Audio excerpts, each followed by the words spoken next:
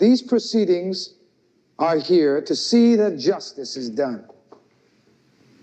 And justice is, as any reasonable person would tell you, the finding of the truth.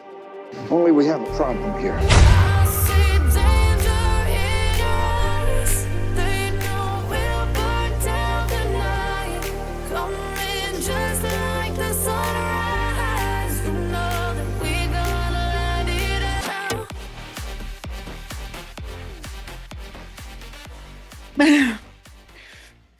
Okay. I just washed up my face. I was going to bed. And I just happened. I was about to brush my teeth. I put on YouTube just to catch up, right? Because I'm knee deep. I'm studying. I'm trying to get ready for like the biggest test of my adult life, my academic career coming up in a few days. And LANA from Truth and Transparency, she did it. She did it.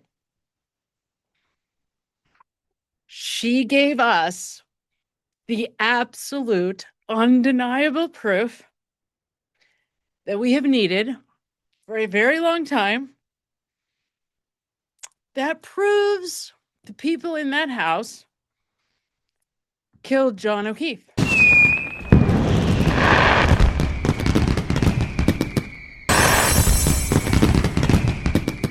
Not that we didn't know. Not that I haven't been screaming and yelling for as long as you've known me. But LANA, I love you, sister. You will go down in history for this one. You guys know there's been a lot of controversy about that. And all along, I've said, who the hell knows? Because clearly Carrie Roberts did not have the phone, though she says that she picked it up when she picked up the blankets. This is about the cell phone. So she is going to tell us where was John O'Keefe's cell phone that morning and how she figured it out. Starts moving. See that? See how it did not move from 6:21 and 21 seconds to 6:26 and 17 seconds. In order for me to talk about 6:26 time frame, I have to go to the 13-minute mark of the video. If you go to the 13-minute mark of the video, which I'm doing right now, okay, you're going to see, okay, 13:01. There is a vehicle that is approaching the scene. And this is at 13:07. You can see this vehicle approaching the scene. This is none other than Sergeant Lank. Now,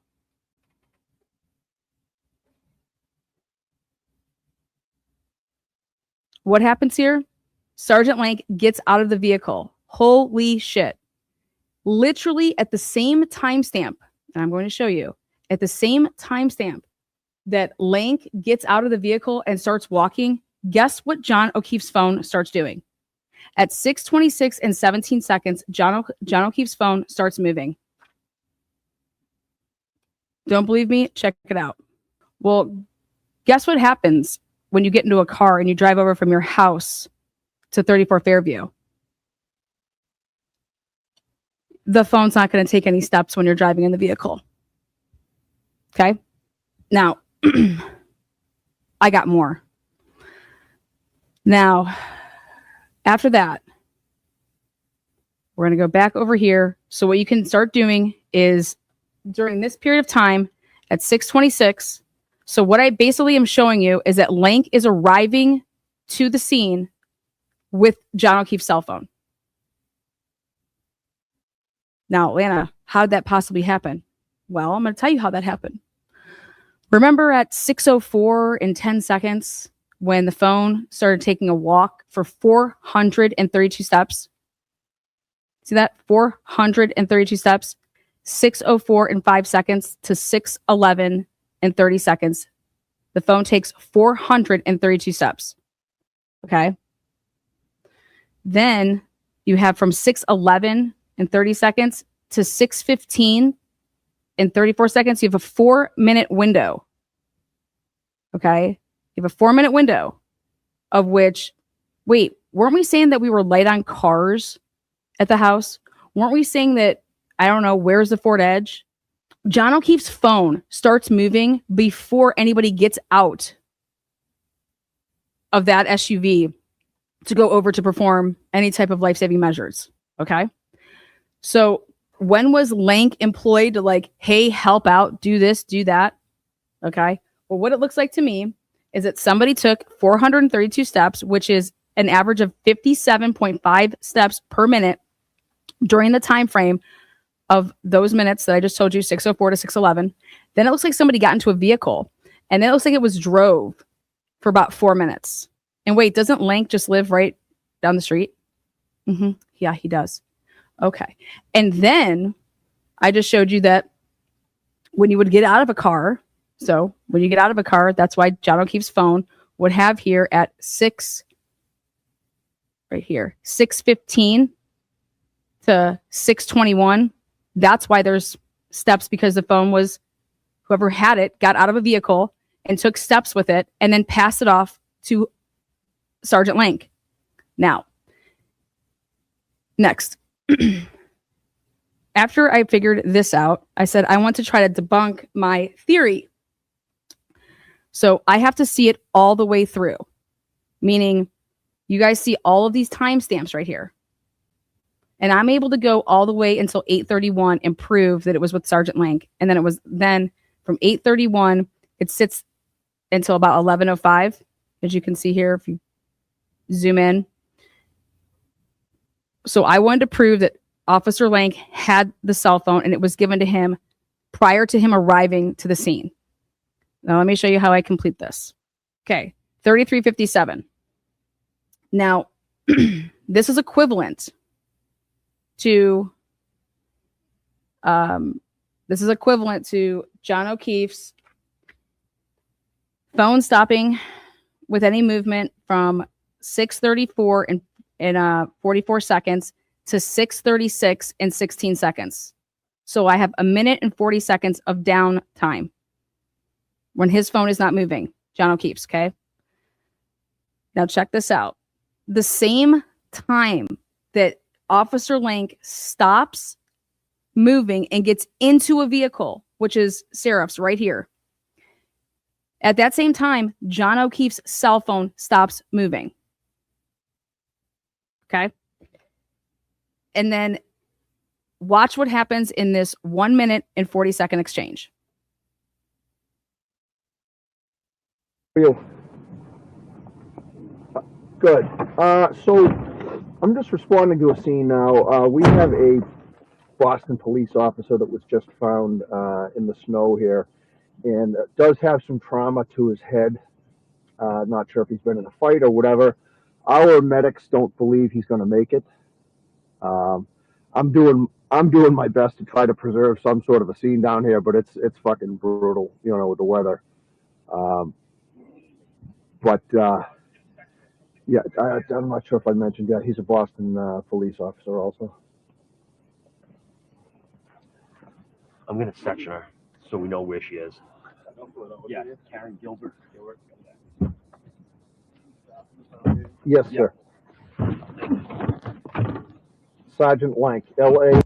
So I was able to determine that Good didn't have the phone here. He's walking all over the place. The phone's not moving. Throw him out. He also walks at different times that the phone's not moving. So Good's gone. And Total can control. Control on.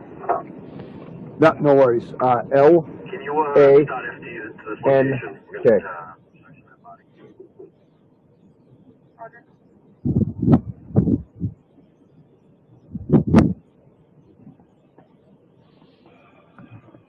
34.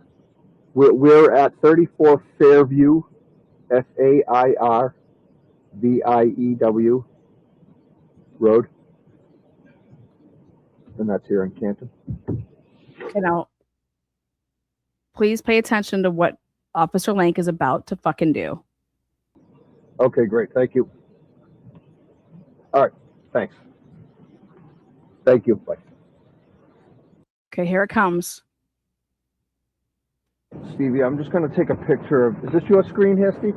that? Is this your phone that I'm looking at? No. Why, you want it? No, I'm going to take a picture of it.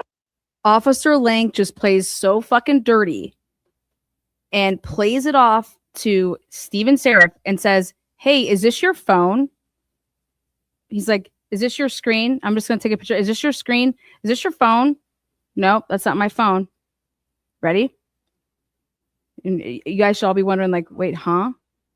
He's playing dumb and trying to make it seem like, because he's got a car radio in there, he knows the dash cam's on, he knows it's audio. Okay?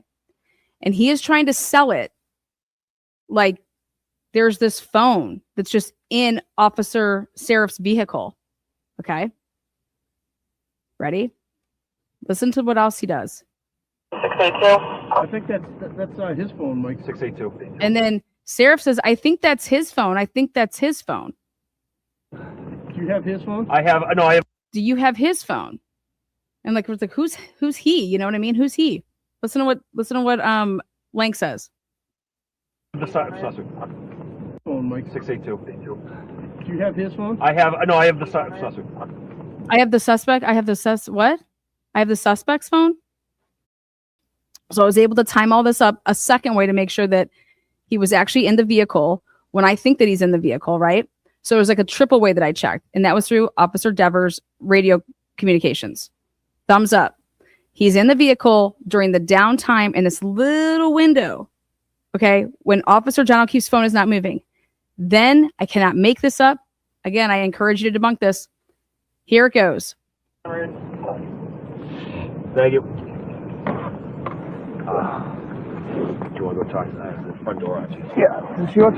Do you want to go talk to them at the front door? And then Lank says right then, he says, is this yours? Is this yours? Asking now good about this phone. Watch this. I'll let you listen to it again. Do you want to go talk to the front door? Yeah, is this yours? Nope. Might be ladies. It might be one of the ladies. Nope. It might be one of the ladies. Okay. So it wasn't like he just got into this vehicle and saw this phone. Okay. No. The phone has been moving with this man. And now the icing on the cake here is that if you go back to look at John O'Keefe's cell phone's movement at 6:36 and 16 seconds, like I just said here. So for a minute and whatever the change ends up being, let's see, 1:30 or 6:34 to 44. Yep, you're looking at 1 minute and 45 seconds, 1 minute and 43 seconds. And that's exactly what he was in that cop car for. Then he starts to walk. And now what is he going to go do? He's going to go with Officer Good into the house. Now, FYI on this, Officer Good does not go into the house here. They say that they do during trial, but none of the witnesses claim to have seen Good until after the fact. So during this time that Lana's about to tell us about, it's Lank alone. All indications are that Sean Good was not in on any of it. Well, John O'Keefe's cell phone says that at 6:36 and 16 seconds to 6:43 and 19 seconds, 192 steps will be taken. Now, during the testimony of Lank, okay, he said that he never went upstairs, downstairs. He just went in, and that they sat at a table or right there in the kitchen, and that they did this little interview. Okay. Well, John O'Keefe's cell phone takes 100, like I said, 192 steps. And then from 6:43 to 6:55, the phone is not going to move at all. Okay. It's going to stay stationary. And I shit you not, John O'Keefe's cell phone at 6:43 and 31 seconds to 6:55 and between that time period of when basically the phone's stationary, it says between that time period, one flight of stairs resurrects. And so it's either at the tail end of the of when it's going to start moving then at 6:55, or it's right before the phone's going to stop moving for that significant period of time, which is indicative of being in this house and you either went in, were walking all over and went down into the basement and then came up and sat down and then were stationary for 12 minutes. Okay. Or you walked all around, then you sat down, did your 12 minutes. And before you left, you're like, I have to use the bathroom. And they told you to go upstairs and use the bathroom upstairs. This is without a doubt. It's all right here. So when they go inside here, Lank has his phone. He's in there getting these steps in. And then if you fast forward, so I want you guys to see, so you would count starting, you'd see how many steps he's going to take here. And then it's him and Good up the driveway, as you're going to see right here. There's 1 and 2 right behind each other. There they go. And now if you actually watch it from Good's camera, it's even a better angle. 56:27 mark. If you go to the 56:27 mark, you are going to see. So I'm just going to start at 55, 56. So you can see the 56:27 mark. Can't make this fucking shit up. So again, on John O'Keefe's cell phone, it goes up a flight of stairs. And you guys, Lank just walked inside with the phone. And while he is inside that freaking house, John O'Keefe's phone registers a flight of stairs. And we're going to see right here, you're going to see Good and Lank come out. And then what do they start doing? They start grabbing the tape to put all the tape up. And then they start doing all like the crime scene. And that matches up with every single timestamp that you're going to see then on John O'Keefe's phone, which is 6:55 to 7:04. There's 298 steps. 7:05 to 7:14, 129 steps. Then there's only a little bit of a downtime, which is which is 2 minutes between 7:14 and 7:16. And so I'm going to use Good's camera to show you guys that. But literally, you can go back and you can check and you can see that all the timestamps from Good's camera, which shows the great angle of what Lank's walking around and doing and when he isn't walking around, when he is, and you compare it to none other than John O'Keefe's cell phone's movements, it pairs up perfectly. What this means is that when Lank arrived at 6:26 and he jumped out of that truck, he had John O'Keefe's cell phone. Let me also remind you, and I promise you, I will show you all of this as soon as I have the time. But luckily, I have done a lot of police investigating already in this case. It's Mike Lank who changes the face sheet on the reports. It's Mike Lank who ultimately misrepresents Brian Albert's name in the report, won't list his name correctly, gives the wrong address, puts the Canton PD for Brian Higgins' address. It's Michael Lank who does all the updates on the initial police reports for this case. It's not Sean Good. It's Michael Lank. Now, I don't know whether or not Good has some culpability. He might. But there is no question that just like you would suspect, because Mike Lank is indebted for whatever reason to these people, like he covered for Chris Albert, like he covered for Tim Albert,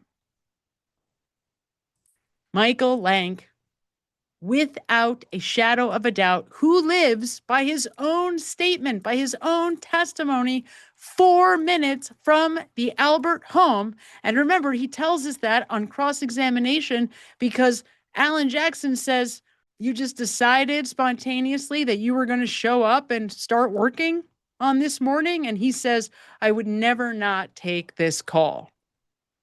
And then he says he was there very quickly because he lives 4 minutes away. And I can't be 100% sure, but I think he actually says he lives 4 minutes away. 4 minutes, which is exactly the distance that LANA is talking about from when that phone stops moving and then starts moving the moment he arrives at 34 Fairview and we see him get out of the car. From the very beginning, there has been so much misrepresentation about this phone, and it calls into question so many things. It calls into question Carrie Roberts and why she's lying about having the phone that she very clearly did not have. This is not the last you'll hear of this from me, but I needed to get this out to you immediately because this is possibly the single most important development in this case to this point. Because as much as I believe in behavioral analysis, I'm not able to use that in a court of law. But this, make no mistake, is absolute proof, not only that he had the phone, but that he had the phone before he arrived on the scene, and then he tries to lie about it. He tries to deceive his fellow cops by saying, "Oh, how did this phone get here? Oh, is this yours? Whose is this?" And you can see Mike Lank so obviously is playing both sides of this thing, right? He's saying on one hand, I don't know if there's been a fight or whatever. Try to make it look like he's not in bed with the Alberts. But at the same time, simultaneously is doing everything he can to cover up the truth. And of course, wouldn't you know it? They are ascending or descending stairs, precisely as Richard Green told us John O'Keefe's phone was. And although I had heard it before, for some reason, I heard it again today when I was going back looking to show you the deception that I found in Brian Jr.'s buddy, Sarah Levinson, because make no mistake, there's a ton of it. Harder to see in her, but there's a ton of it. And what I found was that she admits they partied in Brian Jr.'s basement in high school. That was a hangout spot.